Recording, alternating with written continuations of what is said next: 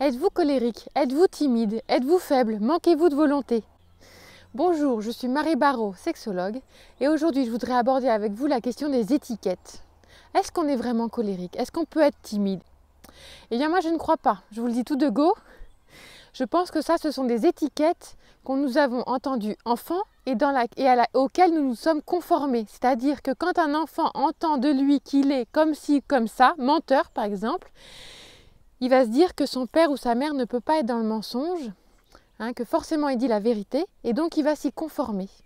Et donc il va devenir menteur, parce qu'on dit de lui qu'il est un menteur. Ou il va devenir colérique, parce qu'on dit de lui qu'il est colérique. Et puis des années après, les gens me disent quand ils viennent me voir au cabinet, « Ah, moi je suis faible, je manque de volonté, je suis pas du tout comme ça, c'est pas du tout mon genre. Ah, je suis incapable de ça, moi je suis trop timide. » Moi je n'y crois pas une seconde. Je ne pense pas que quelqu'un soit faible. Je ne pense pas que quelqu'un soit timide. Je ne pense pas que quelqu'un manque de volonté. Je sais que de temps en temps, il y a des personnes qui sont intimidées par une situation ou une autre. Il y a des gens qui se mettent en colère face à une situation ou une autre, face à un événement. Il y a des personnes qui vont manquer de volonté au sujet de quelque chose. Mais dans la vie en général, on ne peut pas dire que les gens sont comme ci ou sont comme cela.